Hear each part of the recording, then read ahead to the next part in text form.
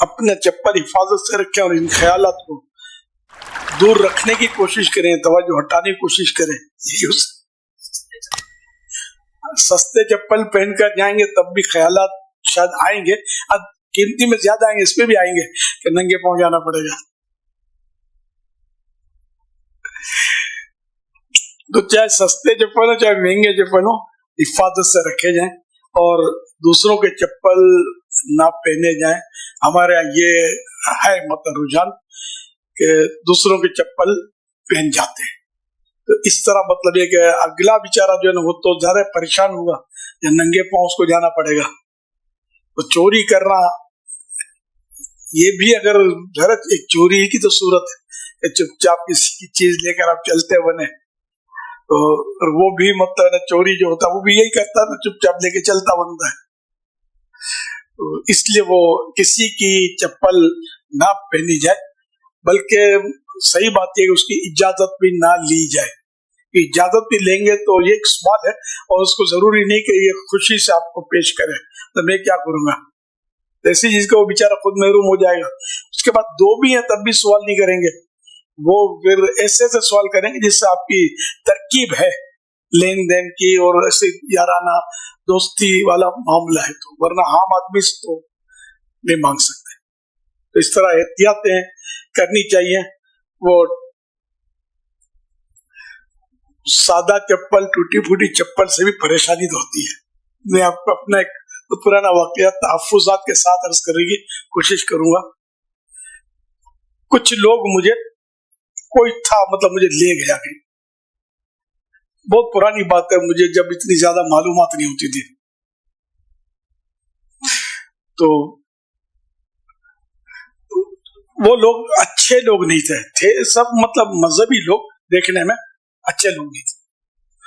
تو وہاں میں نے میرے بالکل ٹوٹے پھوٹے ہی چپل تھے پھٹیجر جیسے، وہ ایک مسجد میں مجھے وہ لے گیا. تو وہاں افطار پارٹی کی صورت تھی، وہاں کوئی افطار پارٹی تھی، کھلایا پلایا وہاں لوگوں کو، تو میں نے بھی کھایا پیا وہاں. تو پھر اب وہاں کچھ بیان کا سلسلہ تھا، مجھے انہوں نے بیان کا کہا نہیں کہ رکنا. تو پھر اب وہ ذہن میں ایک بات آئی کہ مجھے بولا نہیں تو میں کیسے رکوں یا کیوں رکوں. اب میں نے میرے چپل بالکل ٹوٹے پھوٹے تھے، چور بھی نہ چراوے اس لیے پیسے نہ ہے اس کے چپل، مگر وہ چپل گئے نظر نہیں آتا، کوئی لے گیا یا بھول کے پہن گیا، جو بھی ہو میں چپل سے ہو گیا محروم. اب جو لوگ لے گئے تھے انہوں نے مجھے نہیں پوچھا، واپسی میں کچھ بھی نہیں پوچھا، اور نہ چپل کی پیشکش تو بات کا معاملہ ہے، کچھ کہا ہی نہیں مجھے. میں ننگے پاؤں اپنے گھر آیا، میں ایسا بدظن ان لوگوں کو بچانا ہی نہیں ہے، اللہ نے مجھے بچا دیا. میرے چپل غائب ہونے نے مجھے بچا لیا. بعض وقت نقصان ہوتا ہے کہ پیچھے بہت بڑا نفع پوشیدہ ہوتا ہے، بندہ سمجھ نہیں سکتا، ورنہ شاید اگر میں ان کے ساتھ رہتا تو آپ کے پاس نہ بیٹھا ہوتا.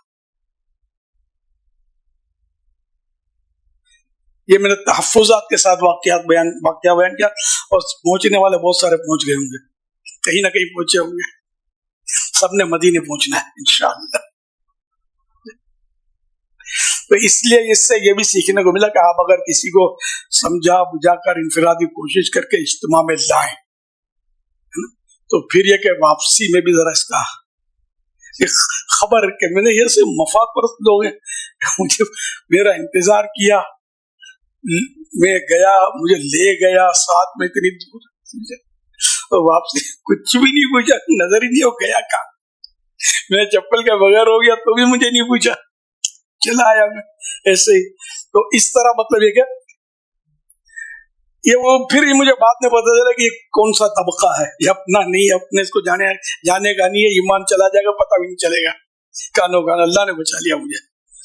تو میں ناراض ہو کر آ گیا، تو بس وہ ابھی تک ناراض ہوں، اور مرتے دم تک ناراض، اور مرنے کے بعد بھی ناراض. آخر کوئی تو بات ہوگی جو میں سے جملے کہہ رہا ہوں. اللہ نے مجھے بچا لیا، اللہ ہم سب کو بچائے. دعوت اسلامی کو چھوڑ کے کہیں نہیں جانا، انشاءاللہ آقا کے پیچھے پیچھے جنت میں چلے جائیں گے انشاءاللہ کریم. تو بہرحال کسی کو لائیں نا جب تو اس کو اس کا اس دوران بھی خیال رکھیں بیٹھنے کا, اس کو ایسا مطلب ہے کہ مسکرا کر اس کا ماحول دے کہ یہ آپ کا ہو جائے. جب جانے لگے نا تب بھی اس کو مطلب یعنی کہ مطلب جہاں سے لائے تھے وہاں تک پہنچائیں یا گاڑی تک پہنچائیں, جو بھی ایک ترکیب ہوتی ہے جس سے وہ مطمئن ہو. خدا نہ خاصا اس کے چپل یا اس طرح کا کوئی معاملہ ہوا جیسے میرا ہوا, اپنے چپل اتار دیں, آپ اس کو بولے آپ پہنو, نہیں آپ پہنیں گے ورنہ دونوں ننگے پاؤں جائیں گے. ایک یہ دل جیتنے کے طریقے بتا رہا ہوں. اگر کوئی میرے ساتھ بھی ایسا کرتا نا تو مجھے سارا جیت لیتا اور میں کہیں کا نہ رہتا. اچھا وہ ہار گئے, لے جانے والا وہ پچھتاتا ہوگا, اپنے اس کو کس سے بھی سناتا ہوگا یار میں اس کو لے آیا تھا, میں نے یار بس یہ بھول کی, اب تم لوگ مت کرنا.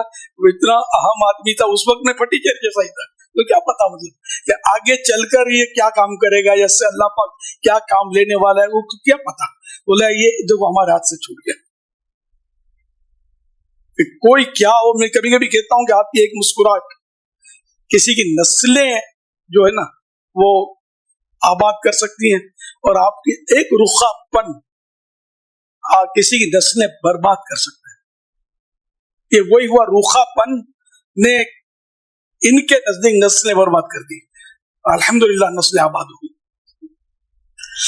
صلو علی الحبیب صلی اللہ علی محمد. ہمارے کئی اسلامی بھائی جو ہے نا وہ بیرون ملک بھی سفر کرتے ہیں یا ٹرینوں میں کہیں آتے ہیں, تو سامان وغیرہ کے جیسے ایئرپورٹ پر آپ کو پتا بیلٹ پر کسی کا بیگ آ گیا, اور وہ بیگ آ گیا, وہ اپنے بیگ لے کر باہر نکل جائے گا. تو ہونا یہ چاہیے کہ جب سب کے بیگ آ جائے تو پھر سب کے ساتھ نکلنا جائے. اسی طرح اگر یہ جو ٹرین میں ہوتا ہے تو سب سامان جمع ہو جائے, پھر سب دیکھ لیا جائے کہ ہاں آ گئے سارا, تو یوں یعنی اپنا سامان لے کر اپنی ٹرالی لے کر کھینچتا ہوا بیگ اٹھا کر نکلنا جائے گا یار یہ میرا تو آ گیا. تو جتنا جو اہم نگران یا ذمہ داران یا امیر قافلہ ہوتے ہیں, ان کو اگر یہ انداز نصیب ہو جائے نا تو انشاءاللہ تعالی امید ہے کہ اس کا بھی فائدہ ہوگا. افسوس, بہت تربیت کی ضرورت ہے, بہت تربیت. ذہن بس کسی کسی کا بنتا ہے, اکثریت کا نہیں بنتا. بس اب بھی سب سمجھ میں آتا ہوگا, لیکن پھر یہ کہ ذرا کچھ مطلب پتہ ہی نہیں ہو, تھکن ہے کچھ ہے تو نکل گئے, یا ذرا کسی نے مزاج کے خلاف کچھ کر لیا تو اس کی لڑائی کر دی, سمجھے, منہ توڑ دوں گا, سر پھوڑ دوں گا, کیا سمجھتا ہے میرے کو. اس طرح کا انداز ہے تو کہاں یہ دین کیسے پھیلے گا, ہماری مسجدیں کیسے آباد ہوں گی, اور لوگ نمازی کیسے بنیں گے ہمارے ذریعے. اس لیے بالکل پیار سے, محبت سے, حکمت عملی سے دین کو پھیلانا ہے.